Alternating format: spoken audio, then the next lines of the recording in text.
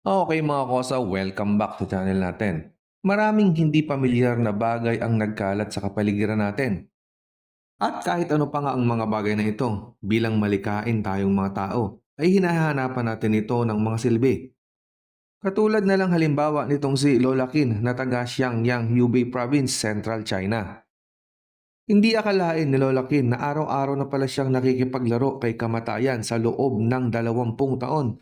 Dahil alam niyo ba na sa dinami-dami naman ng bagay na nakapaligid sa kanya, ay akalain niyo ba na mga napagkamalan pa niyang martilyo ang isang granada na modelo pa noong World War I? Ito yung granada na parang batuta na nakasuksok sa parang lata ng condensed milk, katulad halimbawa nitong nasa picture.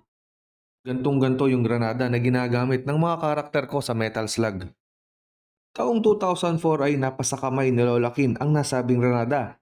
Natagpuan lamang daw niya ito doon sa likod bahay nila doon sa Xiangyang. At mula nga noong 2004 hanggang taong 2024 ay ginagamit na niya ito bilang pandurog ng paminta, bawang, luya at kung ano-ano pa sa kusina.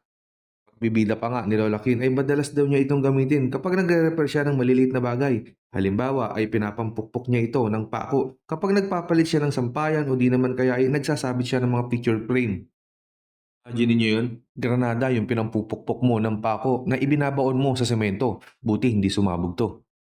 Noong nahawakan niya ang nooy hindi pa niya alam na granada, ay agad niya daw itong isinilid sa bayong at iniuwi sa kanilang tahanan. At mula nga noon ay kaagapay na niya ito sa kusina at sa pagkukumpuni ng kung ano-anong mga bagay sa bahay.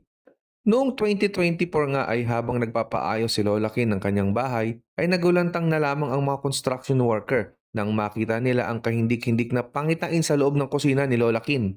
At ito nga ay walang iba kundi ang isang granada na nakasabit kasama ng mga sandok sa loob ng kusina. Ang granada na ito ay nakilala ng isang construction worker at agad niyang ilalerto ang kanyang mga kasamahan. Nang masigurado nga ng mga manggagawa na isa nga itong vintage grenade ang nasa kusina na araw-araw na ginagamit ni Lola Kin sa pagluluto bilang mga pandikdik ng kung ano-ano, ay agad nilang inalerto ang autoridad. Kaagad namang tumalima ang kapulisan ng Hubei at agad na pinasyalan ang bahay ni Lola Kin. At doon nga ay nakumpirma na isa ngang mapanganib na granada ang inaakalang martilyo ng Lola. Nindig daw ang lahat ng balahibo ni Lola Kin noong nalaman niya ito dahil kung iisipin nga naman ay humigit kumulang 20 taon siyang nakipaglaro kay kamatayan noong ginagamit pa niya ang hindi pa niya alam na nooy granada. Agarang kinumpiska ng autoridad ang nasabing vintage grenade at pinadisable sa bomb squad. Nagdaos din ng seminar para sa mga taga Xiangyang province ang autoridad. Man maturuan ng mga taga doon kung ano ang dapat gawin kung sakasakaling makakakita ulit sila ng ganitong mga bagay. Tuwan din sila na huwag hahawakan ang mga ganito dahil walang nakakapagsabi kung kailan nga maaaring sumabog ang mga ito at magdulot ng isang malubhang trahedya. At ito na nga ang kwento ni Lola Kin na nakipaglaro kay kamatayan sa loob nga ng 20 taon.